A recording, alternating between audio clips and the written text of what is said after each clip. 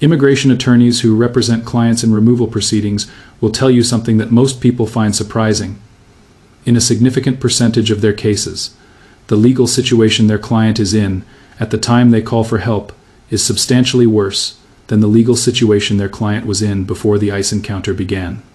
Not because the law changed, not because new facts emerged, because of things their client said, showed, signed, or did in the first 60 seconds of the encounter.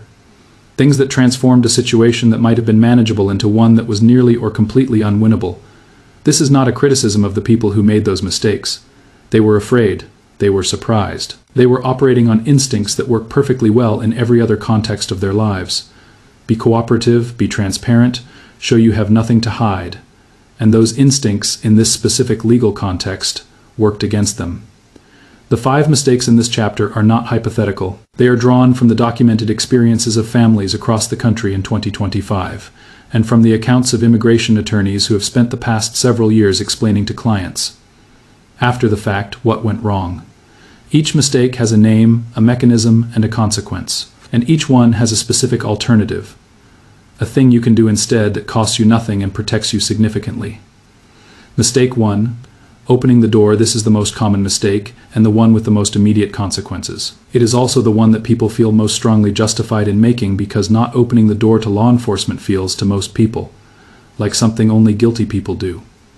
That intuition is wrong in the context of an ICE encounter, and understanding why requires understanding what the act of opening the door actually does legally. When you open your door to ICE agents, you have not necessarily consented to their entry into your home, but you have crossed an important threshold. You have moved from a situation where agents are entirely outside your private space and must operate under the full constraints of the Fourth Amendment, to a situation where ambiguity exists about what you have and have not consented to. Agents who are in a doorway, who have their foot on the threshold, who can see into the interior of the home, who are in a conversational posture with the resident, are in a fundamentally different legal position than agents who are standing on the exterior of the property. More practically, the open door creates physical and psychological conditions that make every subsequent mistake more likely. When an agent is standing in your doorway or inside your home, the pressure to cooperate, to explain yourself, to be helpful is intense. The spatial relationship between you and the agent has shifted. The agent is no longer on the other side of a barrier. The encounter has become, in every psychological sense, an interview, and you are the subject. The real case consequence of this mistake is illustrated in dozens of 2025 enforcement cases. A family in the Sunset Park neighborhood of Brooklyn reported that agents knocked at 5:45 a.m. The husband, still in pajamas, opened the door without thinking. He was looking for his children when he did it. He heard them stirring and was walking toward the front of the apartment. He did not even consciously decide to open the door. It was automatic. Within 40 seconds of the door opening, an agent had asked him his name, and he had answered. Within 90 seconds, an agent had asked where he was born, and he had answered. The combination of those two answers, his name and his birthplace, was sufficient, combined with information agents already had from database records, to confirm his identity as a subject of a removal order that had been entered years earlier. He was in handcuffs within 4 minutes of opening the door. Had he not opened the door, none of that exchange would have occurred. The agents, who did not have a judicial warrant, would have had to conduct their operation differently. The encounter might have ended without arrest. It might not have.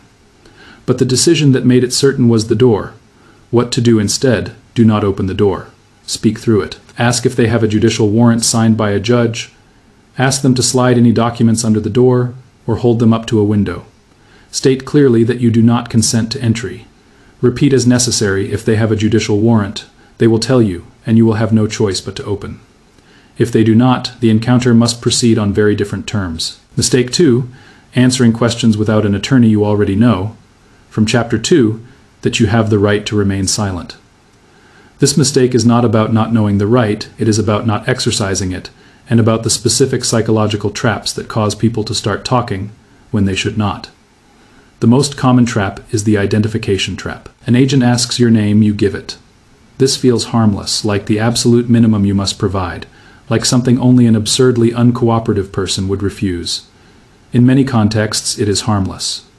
But in an immigration enforcement context, your name is the key that unlocks whatever information ICE already has about you in its databases. Confirming your identity, making it officially confirmed on record in the agent's presence, is a legally significant act, not a neutral one. It connects you to your immigration file, to any prior encounters with immigration authorities, and to any orders or records that exist in your name. The second trap is the explanation trap. You have not done anything wrong. You want the agent to understand that. You want to explain the situation, your visa, your pending application, the fact that you have been here for 15 years and have never had a problem. What you do not realize is that each piece of information you volunteer creates potential grounds for inquiry that the agent did not previously have. If you mention a specific visa category, you have invited scrutiny of whether your activities in the United States were consistent with that visa's requirements. If you mention how long you have been here, you may have established an overstay. If you mention your employer, you have given agents a second location to visit. The third trap is the help trap. You want to help the agent find the person they are actually looking for, because it might not be you, and demonstrating your helpfulness might end the encounter. Do not providing information about other members of your household, about your neighbors, about people who have lived at your address, about anyone's whereabouts or activities, does not protect you. It expands the scope of the operation and creates legal exposure for other people who trusted you with information about their lives. The real case consequence: a woman in the San Gabriel Valley who had a valid work permit but an underlying deportability issue she was not fully aware of, was approached by ICE agents at her workplace. She decided to cooperate because she believed her work permit made her clearly authorized, and she thought transparency would resolve the encounter quickly.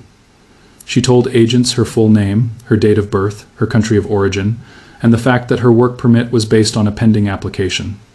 The pending application she mentioned had a deficiency she did not know about. The agents, with that information, were able to identify the deficiency and place her in removal proceedings the same day. Her attorney later told her that without the information she had volunteered, the agents would not have had the basis to pursue her case at that encounter. What to do instead?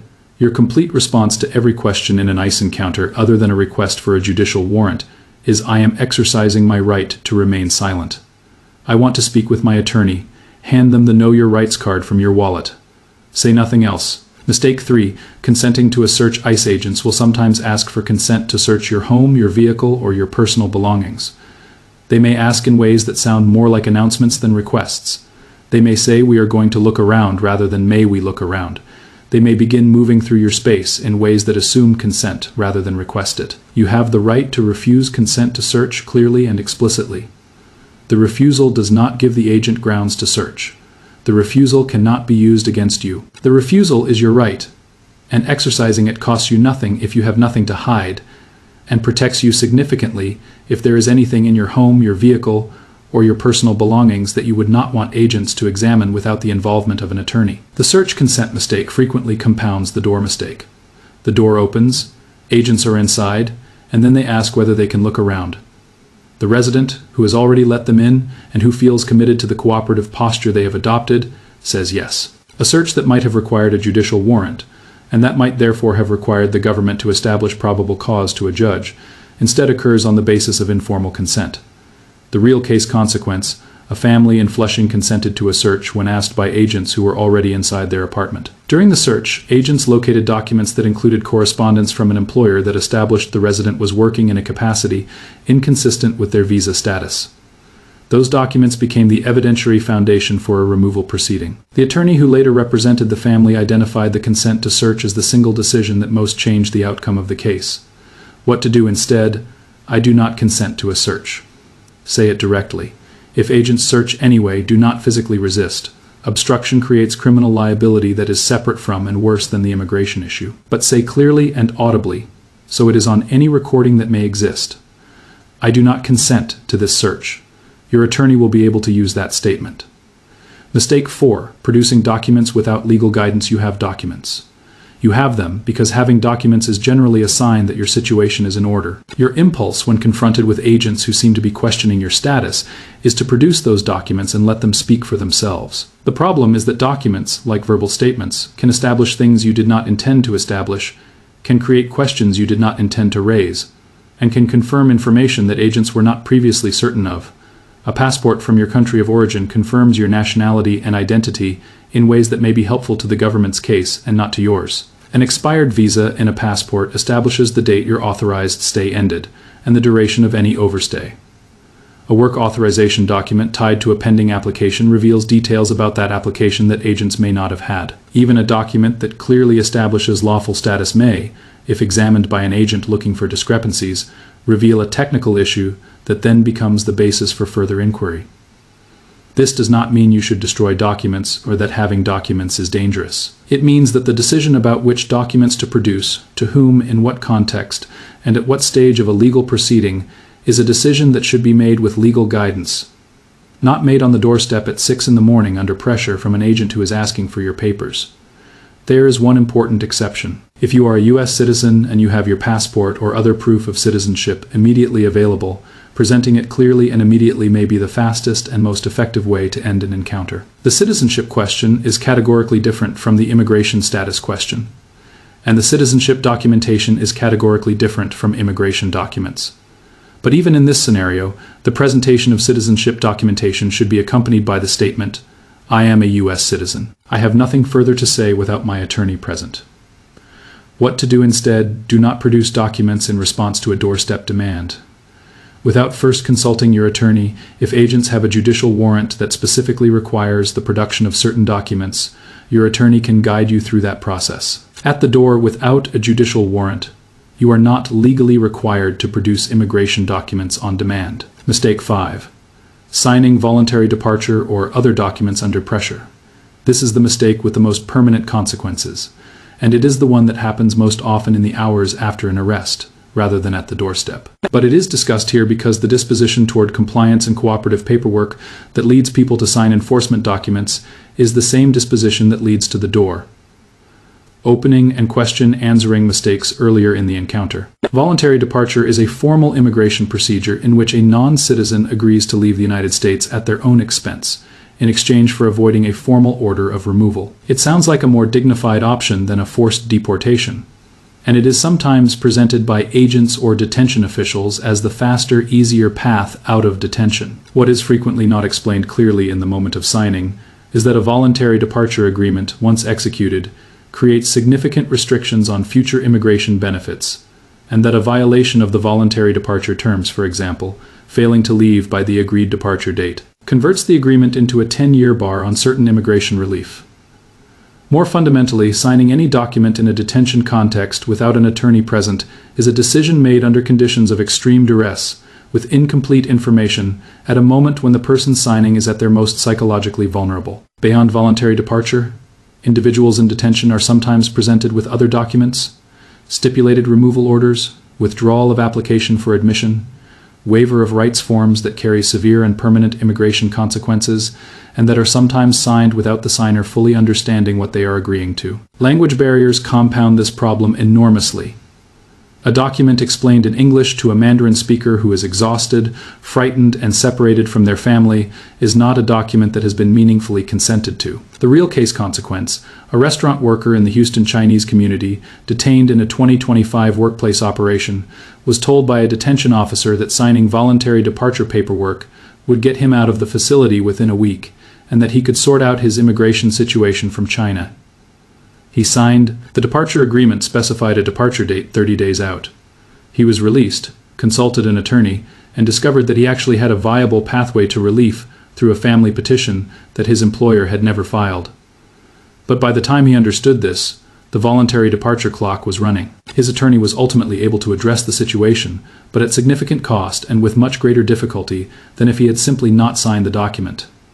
What to do instead? Do not sign anything in an immigration detention context without your attorney reviewing it first.